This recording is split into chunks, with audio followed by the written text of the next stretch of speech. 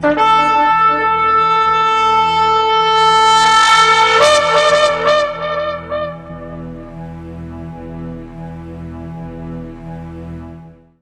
atah Yahweh Eloheinu melech haolam, asher kideshanu b'mitzvotav v'tzivanu la'asok b'divrei Torah, b'shem Yeshua HaMashiach. Baruch atah Yahweh amelamed Torah le'amo Israel. Bendito seas Yahweh nuestro Elohim, Rey del universo, que nos apartas con tus preceptos y nos ordenas ocuparnos del estudio de tu Torah. En el nombre de Yeshua el Mesías, bendito seas Yahweh, que enseñas Torah a tu pueblo Israel. En el nombre de Yeshua. Te agradecemos por todo. Amén y amén. Tomen asiento, Ajim. Tomen asiento. Vamos a compartir las escrituras y vamos a tomar como modelo a nuestro amado Yeshua, como en cada una de las enseñanzas que vemos a nuestro Mesías, siempre dando el ejemplo. ¿Cuántos dicen amén? Él dio ejemplo en todo lo que hizo y es importante que nosotros como siervos de Él sigamos sus pasos, sigamos sus pisadas. Yeshua HaMashiach fue un varón, estoy hablando como hombre, fue un varón que vivió y cumplió el propósito que se le encomendó. Amén. Si hablamos de Yeshua, no podemos hablar simplemente de 3 años de su abodá, de su servicio. Él tuvo una vida también. Él tuvo una vida, tuvo, digamos, un proceso en enseñanza y demás. Además de ello, encontramos un punto muy importante. Yeshua HaMashiach, llegando a sus 30 años, él trabajaba. ¿Cuántos dicen amén? Ahora, ¿por qué digo que es el modelo a seguir? Porque Yeshua HaMashiach nunca nos enseñó lo contrario. ¿Sí? Nunca nos dijo lo contrario. En el caso del oficio de Yeshua, no podemos decir que su trabajo, su empleo, por decir así, era el de predicar. No. Él tenía un trabajo y él ganaba por ello. Amén.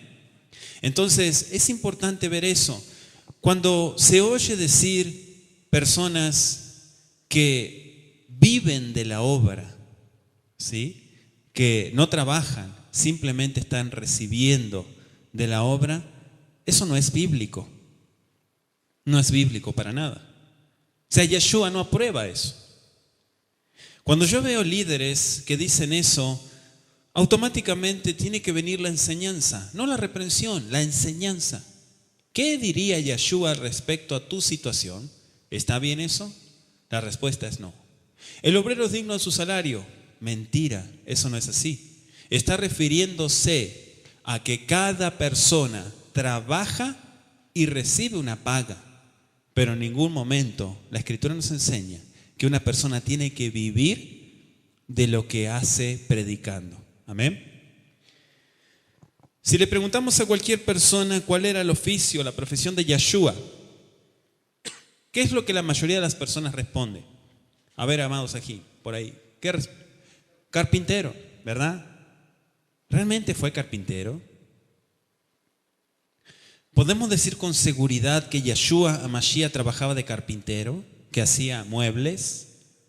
¿Que hacía roperos? ¿Que hacía mesas? ¿Podemos asegurar eso? Solamente son suposiciones.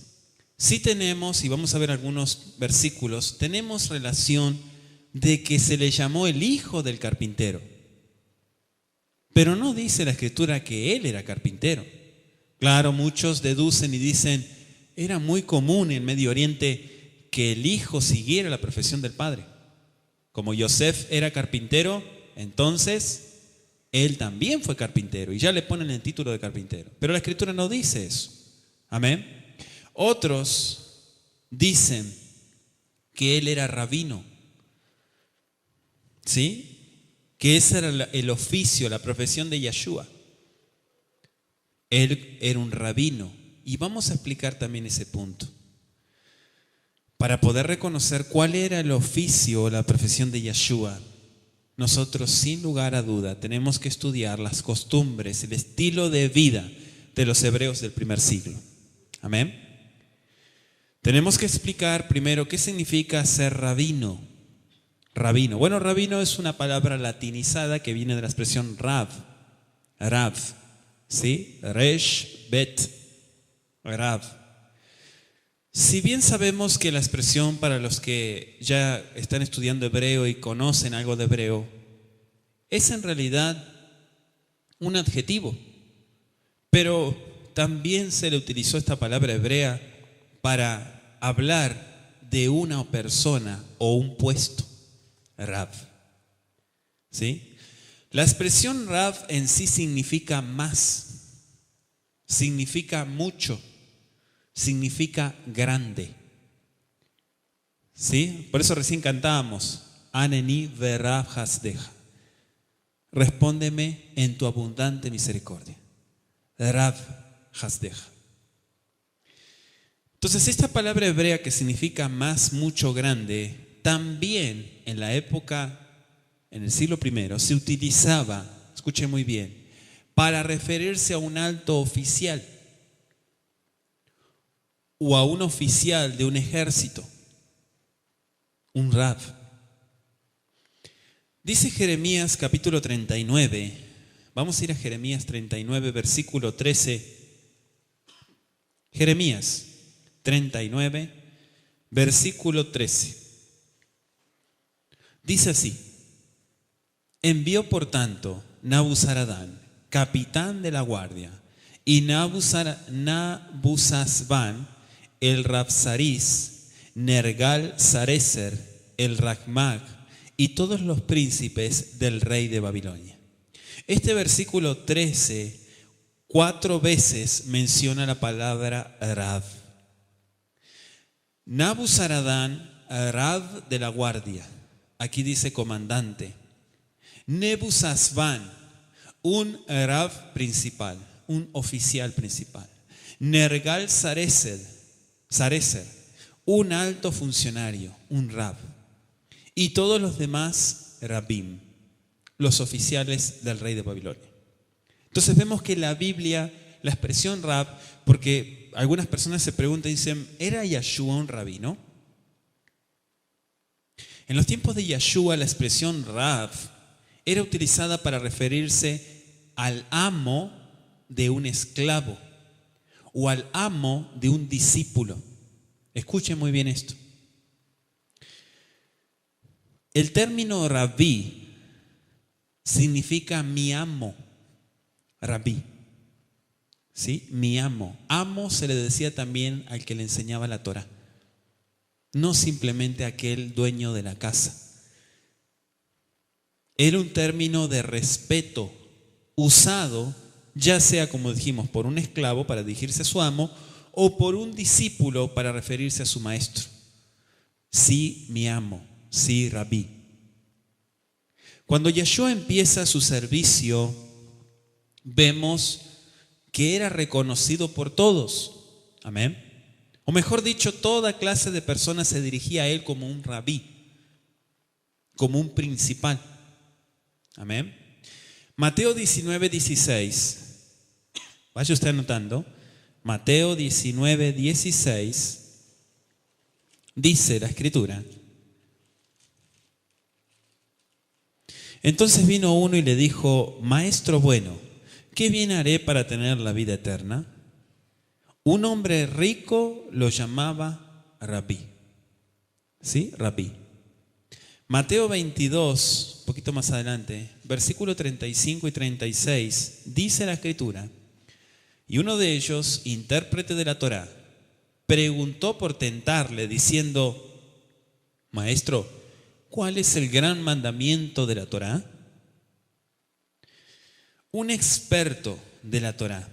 Algunos le llamaban un abogado. ¿Cómo un abogado? Sí, porque era experto en leyes. Conocían, dice acá, intérprete de la ley. Es decir, que tenía mucho estudio, conocía la legislación, las leyes, experto en la Torá. Lo llamó y lo llamaba Rabí. Vamos a ir a Lucas capítulo 12, versículo 13. Dice, Le dijo uno de la multitud: Maestro, di a mi hermano que parta conmigo la herencia. ¿Sí? Aquí es una persona común, ¿verdad? Lo llama también rabí. Rabí. Bueno, acá la traducción dice maestro, pero en el original dice rabí. Lucas 19:39. Lucas 19:39. Dice: entonces algunos de los fariseos de entre la multitud le dijeron: Maestro, reprende a tus discípulos. ¿Sí? Maestro. La mayoría de los traductores optó por llamarle maestro, pero en aquel entonces significaba el amo. El amo. Es decir, que cuando un discípulo se comprometía con su maestro, tenía que seguir las pautas que le indicara, ¿sí?, el rab, por decirlo así. En aquel entonces se llamaba así. En este caso es un fariseo que lo llama rabí. Vamos a ver el caso de un saduceo también en Lucas 20, 27 y 28. Lucas 20, 27 y 28. Ahí vemos a un saduceo. Dice también: llegando entonces algunos de los saduceos, los cuales niegan haber resurrección, le preguntaron diciendo: Rabí, Moshe nos escribió: si el hermano de alguno muriere teniendo mujer y no dejare hijos, que su hermano se case con ella y levante descendencia a su hermano. ¿Sí? Conforme a lo que dice Deuteronomio 25:5, le estaban comentando. Pero fue un saduceo que también le llamó rabí. O sea que en el entorno quiero que veamos que en aquel primer siglo, ¿sí?, era algo típico que se le llamara así a las personas que eran encargadas de enseñar y que comúnmente viajaban de un lado a otro enseñando. Ellos enseñaban en las afueras o campos, en los pueblos, en las casas, en las sinagogas e inclusive hasta en el templo también. Se metían al templo y enseñaban allí. Digamos que cientos y hasta miles de rabinos circulaban en la tierra de Israel en el primer siglo. O sea que eso estaba propagado por todo el territorio israelí. La mayoría de las veces enseñaban en las plazas de los pueblos o bajo un árbol. Otras veces ingresaban a alguna casa y daban las derashot, sus enseñanzas. Ahora, aunque Yeshua la mayoría de las veces enseñó en las casas, como dice, vamos a ver un ejemplo en Lucas 10, versículo 38 al 42. Lucas 10, 38 al 42. Dice: aconteció que yendo de camino entró en una aldea y una mujer llamada Marta le recibió en su casa. Esta tenía una hermana que se llamaba Miriam, la cual, sentándose a los pies de Yeshua, oía su palabra. Pero Marta se preocupaba con muchos quehaceres y acercándose dijo: Adón, ¿no te da cuidado que mi hermana me deje servir sola? Dile pues que me ayude. Respondiendo Yeshua le dijo: Marta, Marta, afanada y turbada estás con muchas cosas, pero solo una cosa es necesaria, y Miriam ha escogido la buena parte, la cual no le será quitada. Amén. Entrando a las casas enseñaban y escuchaban su enseñanza. Vemos también en Mateo 4, versículo 23. Vamos a ir a Mateo 4, 23. Que también enseñaba en las sinagogas. La sinagoga aparece en la historia después de la época de Esdras. La sinagoga como institución aparece en la historia después de Esdras.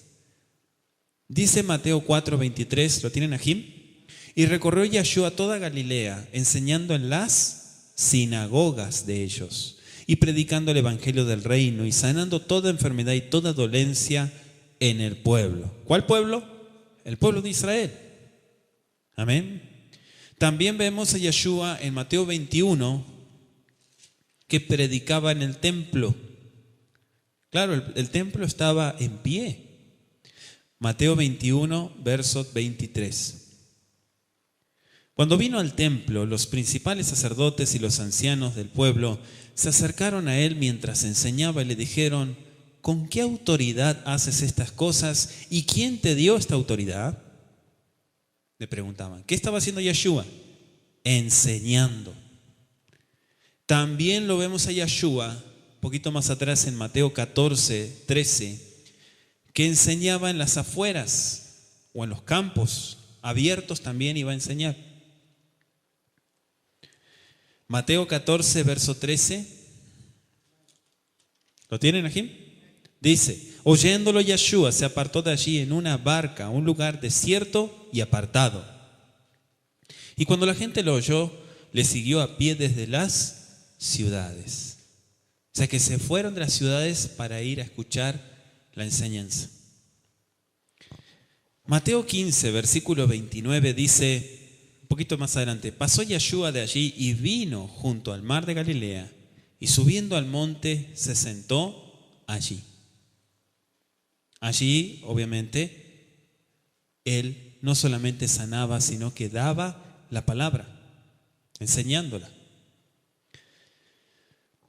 Otra de las prácticas de los rabinos era el hacer muchos discípulos. Ellos estaban muy interesados en cambiar la vida de sus discípulos, de enseñarles, como ellos decían, tomar el yugo de la Torá. Esa es una expresión muy típica.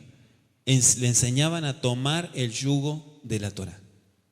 Digamos que en términos rabínicos quería decir aceptar el reinado de Yahweh, de Elohim, en la vida de la persona. Por eso Mateo 11, 29 y 30, vemos a Yeshua que también utilizó ese término. ¿Qué dijo? Llevad mi yugo, mi carga. ¿Se acuerdan? De hecho está ahí, está anotado ahí. Anótese, Mateo 11, verso 29 y verso 30, Jim. 29 y 30. ¿Lo tienen? Dice: llevad mi yugo sobre ustedes y aprendan de mí, que soy manso y humilde de corazón, y hallaréis descanso para vuestras almas, porque mi yugo es fácil y ligera mi carga. Algunas personas se preguntaron: ¿qué significa mi yugo es fácil y ligera es mi carga? Un término que se utilizaba en el primer siglo y que todos los maestros de la Torá enseñaban a sus discípulos: aprender a tomar y a llevar el yugo de la Torá. Amén. Cuando las personas dicen es que es un yugo meterse en la Torá, sí, Baruch Hashem, bendito yugo, porque ese yugo te mantiene y te da dirección en tu caminar. Lamentablemente, si a la persona le quitan el yugo, empieza a correr para cualquier lado y se golpea y se cae y se va por el barranco también. Por eso necesita una dirección, necesita tener un yugo. Entonces, ¿cuál era la clave? Hacer muchos discípulos. Es uno de los 3 dichos más antiguos que encontramos en la historia de los hebreos. Ellos escogían y seleccionaban a un número de discípulos para entrenarlos en el estudio de la Torá. Amén. Se dice también que el maestro de Shaul, ¿quién fue el maestro de Shaul? Muy bien ahí, muy despierto, Gamaliel, Baruch Hashem. Gamaliel tenía hasta 1000 discípulos que estudiaban con él. Un rabino podía tener diferentes tipos de discípulos: los que estudiaban con el rabino por un corto tiempo y los que estudiaban por largo tiempo con él. Para estos últimos significaba viajar constantemente por caminos difíciles, y por eso vemos que ellos acostumbran a decir: que tu casa sea un lugar de reunión para los sabios. Cúbrete con el polvo de sus pies y bebe de sus palabras sedientamente. Amén. El maestro de Torá en nuestro pueblo Israel es muy venerado y es muy respetado. Digamos que la gente hace cosas difíciles para alcanzar, escuchar y estudiar con su maestro. Cúbrete con el polvo de sus pies. Así solía decir también Gamaliel. Se decía no solo porque el discípulo al caminar junto con su maestro prácticamente se llenaba del polvo que el maestro levantaba al caminar, pero también porque era costumbre sentarse a estudiar a los pies del maestro. Por eso dicen cúbrete con el polvo de sus pies, porque se sentaban a los pies del maestro a escuchar. Por eso vemos que Yeshua le dice a Marta que Miriam había elegido lo mejor. Ella se sentó a los pies. Es decir, que se hizo una discípula de Yeshua. Vamos a ir a Lucas 9. Lucas 9:38.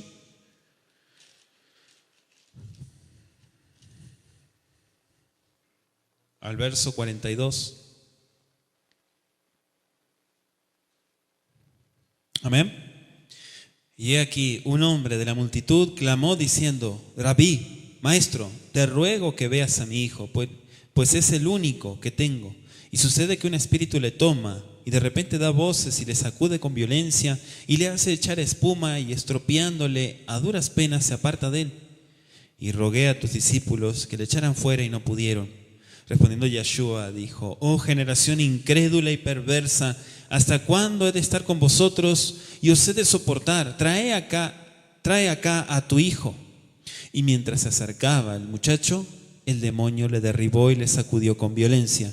Pero Yeshua reprendió al espíritu inmundo y sanó al muchacho y se lo devolvió a su padre, dice Lucas. ¿Sí? Entonces vemos también que Yeshua HaMashiach era muy llamado por todos. Aquí están los discípulos, pero no pudieron hacer nada. Ve con el maestro. ¿Sí? Vayan con el maestro. ¿Con quién están estudiando ustedes? Nosotros estamos estudiando con Yeshua. Quiero ver al maestro. ¿Sí? Quiero ver al maestro. O sea, el principal también significa. Amén. O sea, todo eso vemos que es importante.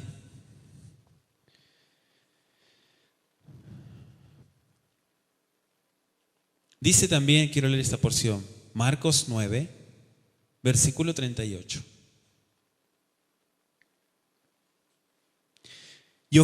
Juan le respondió diciendo: maestro, rabí, hemos visto a uno que en tu nombre echaba fuera demonios, pero él no nos sigue y se lo prohibimos porque no nos seguía. Pero Yeshua dijo: no se lo prohibáis, porque ninguno hay que haga milagro en mi nombre, pero luego pueda decir mal de mí, porque el que no es contra nosotros, por nosotros es. Y cualquiera que os diere un vaso de agua en mi nombre, porque sois de Mashiach, de cierto os digo que no perderá su recompensa. ¿Sí? ¿Cuántas situaciones vemos en los evangelios de personas y de la actitud también de los discípulos? Ahora, ¿cómo es que Yeshua llegó a ser un maestro reconocido por todo tipo de personas? ¿Cómo es? Bueno, el pensar que Yeshua era simplemente una persona trabajadora se deriva, ¿sí?, de muchos pasajes del Brit Hadashah. Dice, por ejemplo, Juan 1:46, de Nazaret, replicó Natanael, ¿acaso de allí puede salir algo bueno? Juan 1:46. Vamos a ir a Juan 7:15. Y esto está tremendo. Juan capítulo 7, versículo 15.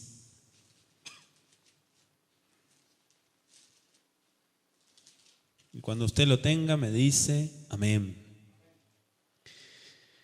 Y se maravillaban los judíos diciendo: ¿cómo sabe este letras sin haber estudiado?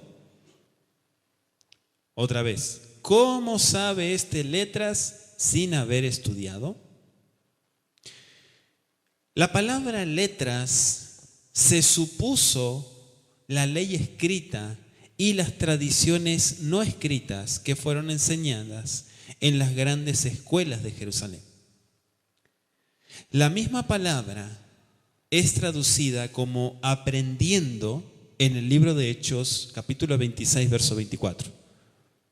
Es decir, que el hecho de no pasar por ciertas escuelas y colegios de Jerusalén se consideraba a la persona que no estaba apta para enseñar. Se esperaba que nadie diera clases sin haber pasado por tal curso. Amén. Ahora entonces tenemos que entender que existía una gran división entre los judíos de Jerusalén y los judíos del norte de la Galilea. Había mucha división. Estaban en contra el uno del otro. Por eso encontramos este tipo de comentarios. ¿Cómo es que este enseña? Pero de ninguna manera, amados Sajín, pensaban que Yeshua no tenía educación, porque lo llamaban rabí. ¿Cómo van a llamar a rabí y decir que no tiene educación? Sino que está hablando de otra situación. De hecho, su forma de enseñanza era a través de ¿qué? De parábolas. ¿Cómo enseñaba Yeshua? Con parábolas, con meshalim. ¿Sí? Meshalim. Entonces es la forma de enseñanza de, digamos, todos los maestros más reconocidos en la historia de Israel.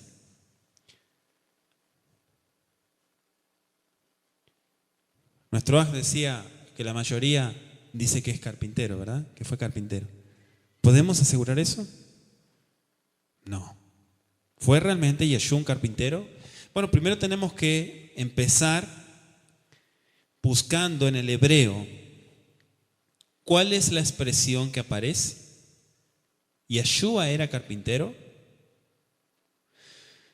No hay ninguna palabra hebrea para carpintero en los textos. En el hebreo lo que sí encontramos es la expresión harash. Harash. ¿Sí? Harash, eso sí aparece. Que la tradujeron, escuchen muy bien, la tradujeron como carpintero, pero en realidad no significa carpintero, significa artesano. También harash significa alguien que trabaja con sus manos y hace cosas. ¿Sí? Entonces lo más correcto de harash es decir un artesano que hacía artesanías.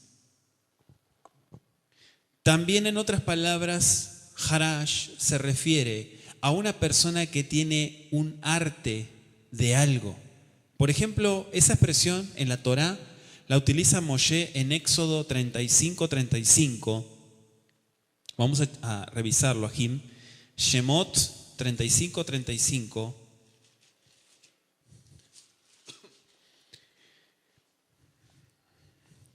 Dice, y los ha llenado de sabiduría de corazón para que hagan toda obra de arte y de invención y de bordado en azul, en púrpura, en carmesí, en lino fino y en telar, para que hagan toda labor e inventen todo diseño. ¿Sí? Moshe utilizó, porque dice que son expertos tejedores y hábiles artesanos, harash, artesanos, dotados, claro, por el Ruach HaKodesh. Toda clase de diseños, toda clase de labores, harash. Digamos entonces que en el primer siglo había un término muy usado, que era la palabra aramea nagar. Nagar. ¿Qué significaba esa palabra en arameo? Un erudito de la Torá. Un nagar es un erudito de la Torá o un erudito de Torá. Esta palabra no la encontramos en las Escrituras, pero sí la encontramos en otra literatura hebrea. ¿Sí? Hay mucha literatura hebrea que también muchas de esas escritos, bueno, algunos los hemos mencionado esta mañana, Flavio Josefo y demás, dan un toque más de claridad también algunos asuntos de costumbres y demás. Ahora, esta palabra fue traducida como carpintero. De hecho, entre los rabinos, cuando no encontraban una interpretación sobre alguna escritura, se decían: ¿hay aquí algún carpintero o el hijo de un carpintero que pueda resolver el problema? Entonces, entendiendo la cultura del primer siglo, podemos ver, amados Ajim, que Yeshua y de hecho Yosef eran eruditos de Torá, no eran carpinteros. No eran carpinteros. Y esto no nos debe sorprender, ya que es lógico que cuando el Eterno debía escoger al que sería el padre, entre comillas, ¿no?, del Mesías en la tierra, tenía que ser una persona conocedora de la Torá. No solo para que entendiera el cumplimiento de los escritos de los profetas, una sección del Tanaj llamada Neviim. Neviim. Hago la aclaración y el paréntesis para aquellos que no conocen que el compendio de escritos del Tanaj, conocido Tanaj, tiene 3 partes. Uno que se llama Torá, otro Neviim y otro Ketuvim. Entonces tenía que conocer todo eso. Tenía que tener conocimiento. Amén. Conocer las palabras de los profetas y demás. Todas las profecías. También para educar a su hijo en Torá. El Mesías de Israel en toda la sabiduría recibió Torá. Por eso que encontramos a Yeshua tan pronto como a los 12 años aproximadamente en Lucas 2, 41 al 48, discutiendo asuntos de la Torá en el templo. Jovencito. Vamos a leerlo. Lucas 2, versículo 41, capítulo 2. 41 al 48. Amén. Iban sus padres todos los años a Jerusalén en la fiesta de Pesaj, y cuando tuvo 12 años subieron a Jerusalén conforme a la costumbre de la fiesta. Al regresar ellos, acabada la fiesta, se quedó el niño Yeshua en Jerusalén, sin que lo supiesen Yosef y su madre. Y pensando que estaba entre la compañía, anduvieron camino de un día, y le buscaban entre los parientes y los conocidos, pero como no le hallaron, volvieron a Jerusalén buscándole. Y aconteció que 3 días después le hallaron en el templo, sentado en medio de los doctores de la Torá, es decir, los más estudiosos, oyéndoles y preguntándoles. Y todos los que le oían, o sea, Yeshua, se maravillaban de su inteligencia y de sus respuestas. Cuando le vieron, se sorprendieron y le dijo su madre: Hijo, ¿por qué nos has hecho así? He aquí tu padre y yo te hemos buscado con angustia. ¿Sí? Hasta el verso 48. Estaban preocupados. ¿Y él qué estaba haciendo? Discutiendo asuntos de Torá. ¿Sí? O sea, Yeshua no era solamente un maestro sabio de las Escrituras, sino también que era una persona con mucho compromiso en todo lo que hacía. Entonces, por encima de todo, como hijo de Elohim, Ben Elohim, por eso es que muchos se sorprendían de sus enseñanzas, y miles venían a escucharlo, tanto la gente común como los mismos maestros de la Torá. ¿Sí? No es que los maestros de la Torá no lo escuchaban, también iban a escucharle. Ahora, en el Tanaj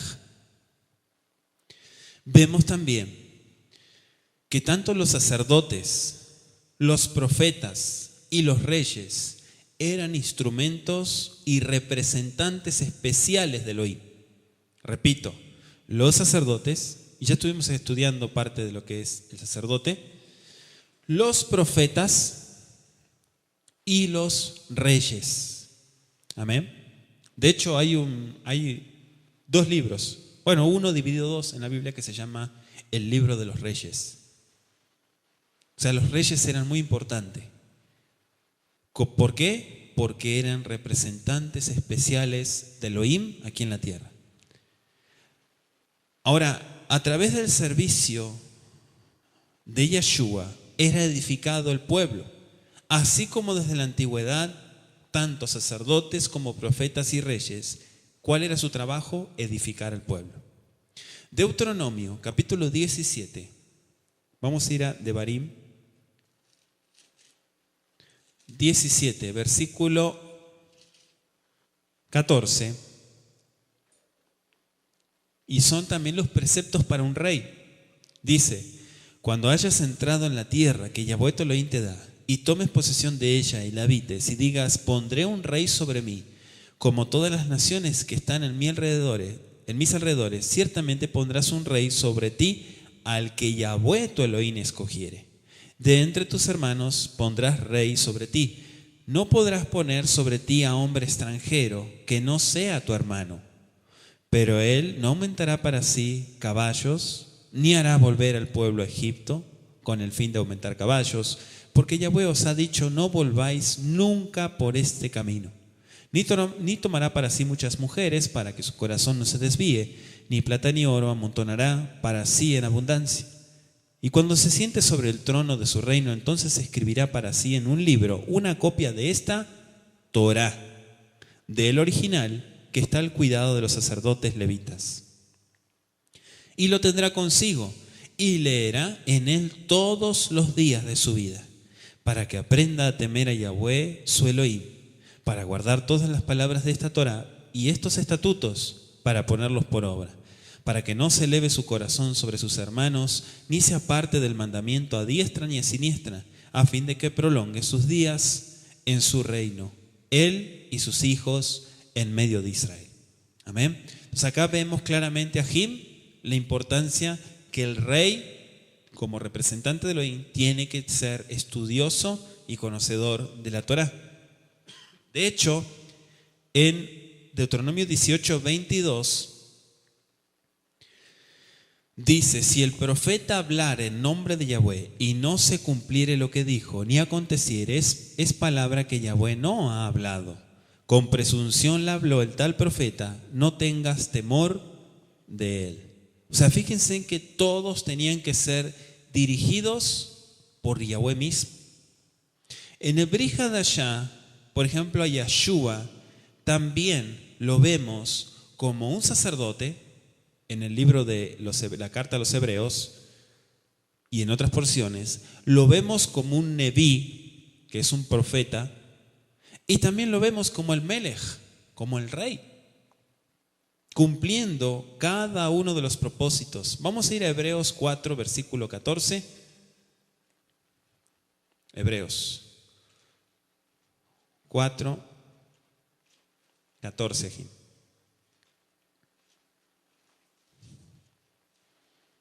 ¿Lo tienen? Por tanto, teniendo un gran sumo sacerdote que traspasó los cielos, Yeshua ben Elohim, el Hijo de Elohim, retengamos nuestra profesión, dice. Porque no tenemos un sumo sacerdote que no pueda compadecerse de nuestras debilidades, sino uno que fue tentado en todo según nuestra semejanza, pero sin pecado. Acerquémonos pues confiadamente al trono de la gracia para alcanzar misericordia y hallar gracia para el oportuno socorro. Vamos a ir a Juan capítulo 19. Juan 19, versículo 23. Amén. Cuando los soldados hubieron crucificado a Yeshua, tomaron sus vestidos e hicieron 4 partes, una para cada soldado. Tomaron también su túnica, la cual era sin costura, de un solo tejido, de arriba abajo, dice. Qué tremendo, ¿no? Lo que hicieron. Ciertamente, dice el verso 19, escribió también Pilato un título que puso sobre el madero, el cual decía: Yeshua Nazareno, Rey de los judíos. Dice, muchos de los judíos leyeron este título porque el lugar donde Yeshua fue sacrificado estaba cerca de la ciudad y el título estaba escrito en hebreo, en griego y en latín. O sea, para que todos conocieran, ¿no? Melech HaYehudim, el rey de los judíos. Apocalipsis capítulo 1, versículo 13. Y quiero también que estudie, le invito a estudiar en nuestra página de internet, el tema reyes y sacerdotes, en la sección de escatología. Dice Apocalipsis 1:13, y en medio de los 7 candeleros, a uno semejante al Hijo del Hombre, vestido de una ropa que llegaba hasta los pies y ceñido por el pecho con un cinto de oro, como un sacerdote. Lucas capítulo 24, Lucas 24, verso 19. 24. Si no alcanza a leer, amado, tome usted nota, luego va leyendo las porciones. Amén. Lucas, dijimos 24, verso 19. Dice así: entonces él les dijo, ¿qué cosas? Y ellos le dijeron de Yeshua Nazareno, que fue varón profeta, poderoso en obra y en palabra delante de Elohim y de todo el pueblo. Que fue varón, ¿qué? Profeta. En Juan 6:15, un poquito más atrás, lo vemos al Melech HaMelachim, al Rey de Reyes, que dice, pero entendiendo Yeshua que iban a venir para apoderarse de él y hacerle, ¿qué cosa? Rey, volvió a retirarse al monte él solo. Amén. Versículo 18. Y se levantaba, capítulo 18. Capítulo 18. Verso 33 en adelante. ¿Tienen Ajim? Entonces Pilato volvió a entrar en el pretorio y llamó a Yeshua y le dijo, ¿eres tú el rey de los judíos? Y Yeshua le respondió, ¿dices tú esto por ti mismo o te lo han dicho otros de mí? Pilato respondió, ¿soy yo acaso judío? Tu nación y los principales sacerdotes te han entregado a mí. ¿Qué has hecho?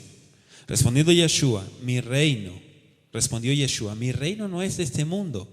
Si mi reino fuera de este mundo, mis servidores pelearían para que yo no fuera entregado a los judíos, pero mi reino no es de aquí.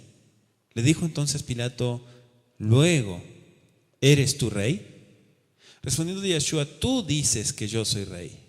Yo para esto he nacido y para esto he venido al mundo, para dar testimonio a la verdad. Todo aquel que es de la verdad, oye mi voz.